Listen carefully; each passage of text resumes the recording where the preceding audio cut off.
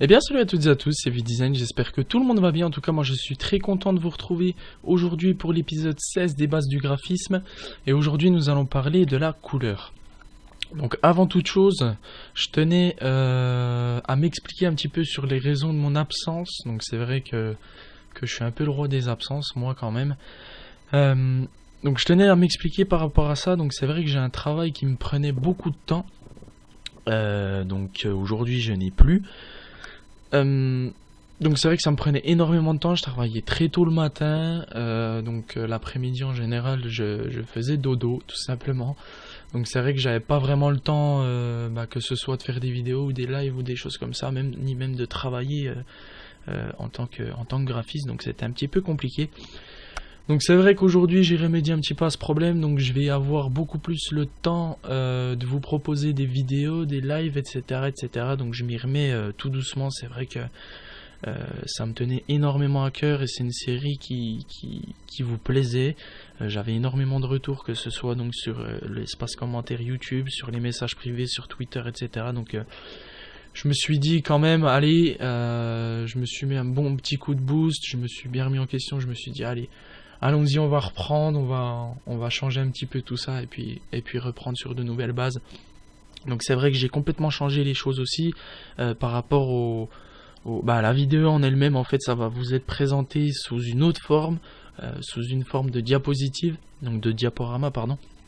Donc à l'aide de PowerPoint. Donc je tenais à faire une petite aparté également là-dessus, c'est que j'ai utilisé PowerPoint avec un thème donc que j'ai trouvé dans PowerPoint, parce que j'en vois venir certains, tu t'es pas embêté, t'as pris un thème, etc. Eh bien oui, tout simplement, j'ai pris un thème parce que je suis pas monteur vidéo, je suis graphiste. Enfin voilà, après c'est vrai que j'ai un peu de mal au niveau du montage, de faire du montage vidéo en tout cas, que ce soit sur After Effects, Adobe Premiere Pro, etc. Bon, je sais faire des rendus de vidéo, mais ça s'arrête là, quoi. Je sais pas faire de diapositives. Donc j'ai installé PowerPoint et puis je me suis fait des petites diapositives et puis j'ai pris un thème tout simplement déjà fait sur PowerPoint et j'ai juste mis mes textes, mes schémas, mes choses comme ça, etc., etc. Donc je tenais à le dire quand même parce que j'en vois venir me dire t'as pompé sur PowerPoint. Non les gars, c'est juste un thème qui est mis à disposition par Microsoft et voilà.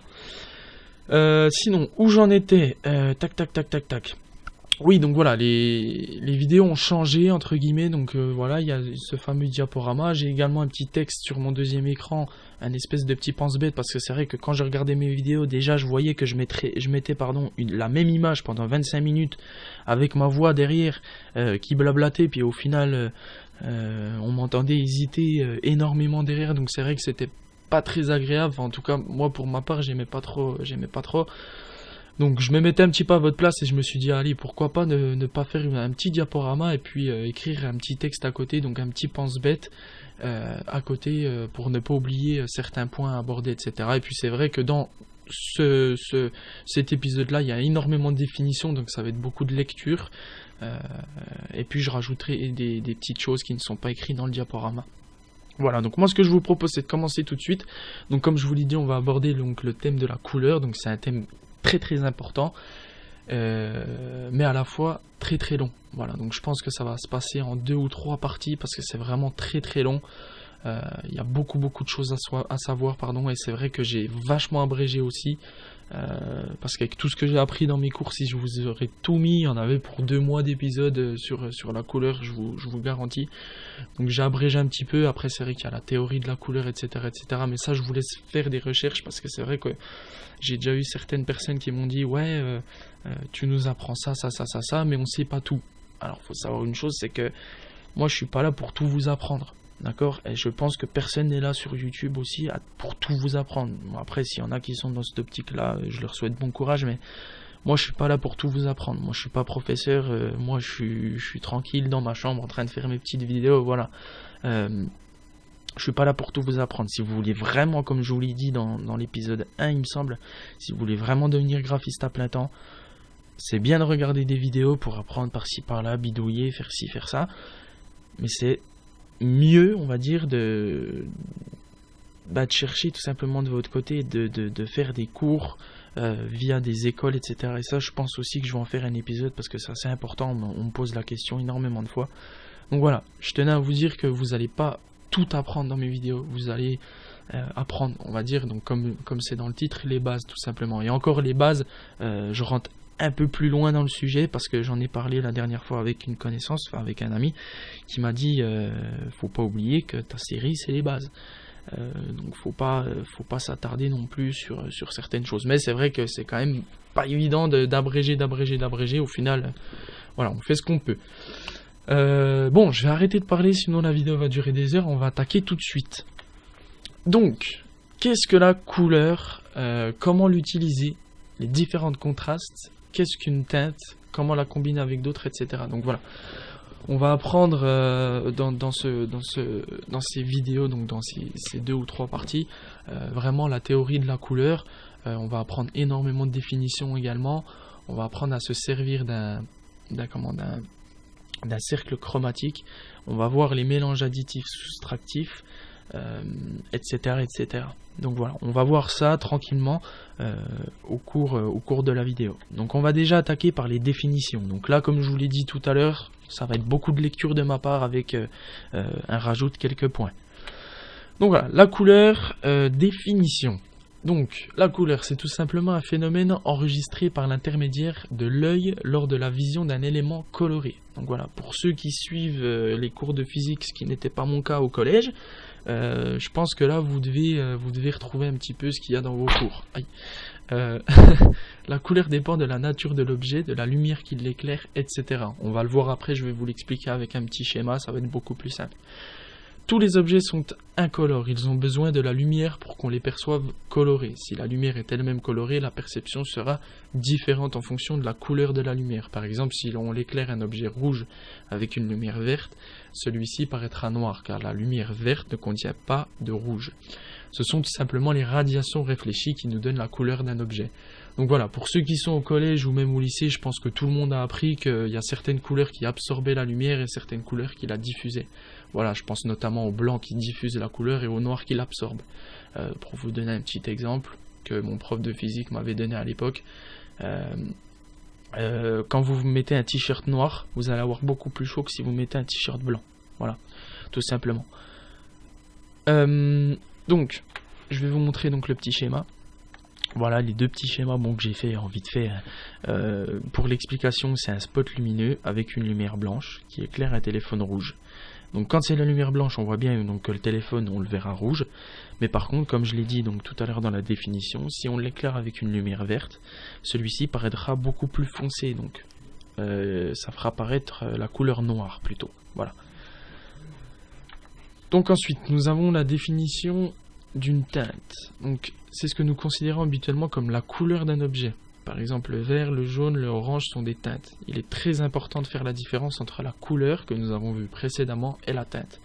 Voilà, donc en gros la teinte c'est ce qu'on appelle habituellement donc dans la vie de tous les jours la couleur. Par exemple, un t-shirt de couleur rouge, un t-shirt de couleur verte, voilà, ça, en gros c'est une teinte. On appelle ça une teinte dans le monde du graphisme, de la peinture, de l'art plastique, etc., etc. Voilà. Ensuite, nous avons la définition du ton. Donc le ton, c'est tout simplement la variation d'une couleur. Par exemple, le bleu peut avoir des tons foncés et des tons clairs, sans y ajouter autre chose que du noir ou du blanc. Ça, voilà, je pense que je vous apprends rien. On a une couleur de base qui est le bleu. On a également du bleu foncé et on a du bleu clair. Donc ça, c'est le ton, tout simplement. Ensuite, nous avons la définition de la nuance. Donc la nuance, c'est la couleur obtenue par le mélange d'une teinte pure avec une de ses voisines. Une couleur de base aura énormément de nuances. Par exemple, le jaune peut être plus ou moins nuancé d'orange. Voilà, donc c'est ce qu'on appelle le jaune-orange, par exemple. Donc là, je prends l'exemple du jaune. On a une couleur de base qui est le jaune, donc une teinte de base qui est le jaune. Et on aura donc sa voisine qui sera le jaune orangé. Donc ça, c'est ce qu'on appelle la nuance de couleur. Donc on peut vous demander, par exemple, un client peut vous demander, voilà, moi j'aimerais du bleu avec un nuancé de violet. Voilà. Ensuite, donc on en a fini avec les définitions, on va parler des mélanges. Donc comme je vous l'ai dit tout à l'heure, on a 2 mélanges principaux dont on va parler tout de suite. Donc premièrement, on a le mélange additif. Voilà, donc je vous mets de suite le petit schéma. C'est un petit schéma que j'ai fait sur Photoshop. D'ailleurs, je me rends compte que sur PowerPoint, il est dégueulasse. Il rend vraiment pas trop bien. Je vois que c'est un petit peu pixelé. Enfin bref, c'est pas grave. Donc c'est un petit schéma qui est très simple à comprendre. Vous allez voir, je vais vous expliquer. Je vais déjà d'abord vous expliquer ce qu'est le mélange additif. Et vous allez voir, je pense que tout le monde connaît sous un autre nom. Donc le mélange additif, c'est en fait le mélange de la lumière en superposant sur un écran blanc les trois faisceaux qui sont le rouge, voilà, le bleu et le vert. Et à l'aide donc du mélange de ces trois couleurs, on obtient donc les combinaisons suivantes. Donc le rouge plus le vert, on obtient du jaune. Voilà, donc le schéma il est très simple à lire. Le vert plus le bleu, on obtient du cyan. Le bleu plus le rouge, on obtient du magenta. Voilà, donc ce mélange-là, je pense que vous ne le connaissez pas comme ça en parlant de mélange additif. Pour la plupart, après, il y en a qui connaissent. Mais moi, c'est vrai que quand on me disait mélange additif, mélange soustractif, je ne savais pas du tout ce que c'était. Et par contre, quand on m'a dit RVB et CMJN, là, ça m'a paru un peu plus familier. Donc en fait, le mélange additif, c'est ce qu'on retrouve dans les écrans d'ordinateur. Qui contiennent des pixels rouges, des pixels bleus et des pixels verts. Donc c'est un mélange qu'on appelle RVB ou RGB. Donc pour ceux qui utilisent Photoshop dans la vie de tous les jours, vous voyez au début dans votre nouveau fichier que vous voulez créer, on vous demande le mode de couleur. Donc on a le mode RVB, le mode niveau de gris, le mode CMJN, etc. Donc c'est ça en fait tout simplement. Ensuite on a le mélange soustractif. Donc le mélange soustractif, donc comme je vous l'ai dit tout à l'heure, c'est le mélange donc cyan, magenta, jaune et enfin donc la couleur qui est créée à l'aide de tous ces mélanges, ce sera le noir. Donc voilà, donc ça par contre le mélange soustractif, le mélange soustractif c'est ce qui se passe en fait dans les imprimantes par exemple. Je ne sais pas si vous avez déjà changé les cartouches de vos imprimantes, mais en fait les cartouches de vos imprimantes c'est du cyan, magenta, jaune et noir. Voilà. Donc en fait c'est ce qui concerne les couleurs physiques. Donc par exemple l'encre, la peinture, les pigments, etc., etc. Et en fait en mélangeant ces trois couleurs, donc vous pouvez faire le test en peinture par exemple. En mélangeant ces trois couleurs, on obtient les combinaisons suivantes. Donc cyan plus jaune, magenta plus jaune égale rouge. Magenta plus cyan égale bleu, cyan plus jaune égale vert. Et le mélange de ces trois couleurs, comme je l'ai dit 4-5 fois depuis le début que je parle de ce mélange là, ça fera du noir. Voilà. On en a fini avec donc le mélange soustractif et le mélange additif, mais je vais vous faire quand même une petite conclusion. Donc en fait le mélange additif c'est très simple, ça concerne les couleurs émises. Et le mélange soustractif ça concerne les couleurs réfléchies. Voilà. Tout simplement. Ensuite, donc, on a les différentes couleurs. Donc là, on va revoir un petit peu donc, les cours pareil de primaire, collège, etc. Donc on a les couleurs primaires et les couleurs secondaires. Donc il y a trois couleurs primaires. Donc le cyan, magenta et le jaune. Pour ce qui est des couleurs physiques. Pour ce qui est des couleurs numériques, les trois couleurs primaires seront le rouge, le vert, le bleu. Donc appelées ainsi parce qu'elles ne peuvent être obtenues par aucun mélange d'autres couleurs. Mais leur mélange permet d'obtenir toutes les autres couleurs. Le mélange de deux couleurs primaires en proportion égale génère une couleur secondaire. Voilà, tout simplement. Et pour vous aider un petit peu, donc pour comprendre la chose, je vous ai fait un petit schéma, ce qu'on appelle un cercle chromatique. Bon, juste petit aparté, mon schéma il ressemble pas du tout à un cercle, vous allez voir. Donc si on fait sur un triangle isocèle, on met donc ces trois couleurs de base, donc qui est donc le magenta, le jaune et le cyan. En mélangeant donc ces couleurs, par exemple donc le cyan plus le magenta, on obtient du violet, donc qui sera la couleur secondaire. En mélangeant le magenta plus le jaune, on obtient le rouge, qui sera également la couleur secondaire.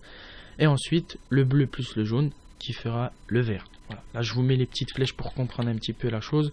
Donc le cercle chromatique, ça fonctionne avec la plupart des couleurs et vous en avez des plus détaillés. Je vous laisse rechercher ça sur internet. Il me semble que ça s'appelle le cercle chromatique de... c'est un nom bizarre. Il est vachement détaillé, beaucoup plus simple à comprendre, c'est le cercle chromatique d'Iten. Voilà, donc vous regardez ça sur internet, je vous laisse rechercher de votre côté, c'est beaucoup plus simple à comprendre avec ce cercle chromatique là. Donc ensuite on a également les couleurs ternaires, les couleurs saturées, les couleurs rompues, etc. etc. Mais ça je pense qu'on va en parler plutôt dans la seconde partie. Parce qu'il y a beaucoup de choses encore dont je dois vous parler. Puisque c'est déjà la fin de cette première partie. Donc voilà, je pense qu'on va parler du reste dans la seconde partie. Et bien voilà les amis, c'est déjà la fin de cette première partie de l'épisode 16 des bases du graphisme, donc qui concernait la couleur. J'espère qu'il vous aura plu. N'hésitez pas à me dire dans les commentaires si vous voulez la seconde partie. Bon, si vous la voulez pas, je pense la faire quand même, mais pas tout de suite. Parce que c'est vrai que c'est un chapitre qui prend énormément de temps. Il y a beaucoup de choses à comprendre. Et c'est assez compliqué de faire une vidéo pour que ce soit simple pour vous et simple pour moi. Parce que c'est vraiment un point compliqué à aborder et compliqué à expliquer. C'est pas comme sur un tutoriel Photoshop où c'est beaucoup plus simple à expliquer. Là je vous garantis que c'est vraiment compliqué. Donc voilà, n'hésitez pas également à me donner votre avis par rapport au nouveau format des vidéos, donc par rapport aux diapositives si ça vous plaît. Si ça vous plaît pas, bon ben je reprendrai donc mon image sur 25 minutes de vidéo. Bon, ce serait un peu dommage, mais bon. N'hésitez pas à me donner votre avis en tout cas. Si la vidéo vous a plu, n'hésitez pas à mettre un petit like. Si elle vous a pas plu, malheureusement, mettez un petit dislike. Mais n'oubliez pas de donner votre avis dans les commentaires. N'hésitez pas à vous abonner à la chaîne pour être au courant de toutes les prochaines vidéos. À me suivre sur Twitter, c'est très important, c'est là que je publie en général l'arrivée des vidéos, pendant que je tourne la vidéo, donc en général, au moment où je la tourne et où je vais la sortir, il y a une intervalle de 1 ou 2 jours. Donc voilà, pour ceux qui veulent être au courant. Les amis, je vous retrouve très prochainement pour l'épisode 17 des bases du graphisme, ou la partie 2 de l'épisode 16. En attendant, je vous dis, portez-vous bien, c'était V-Design, bye bye.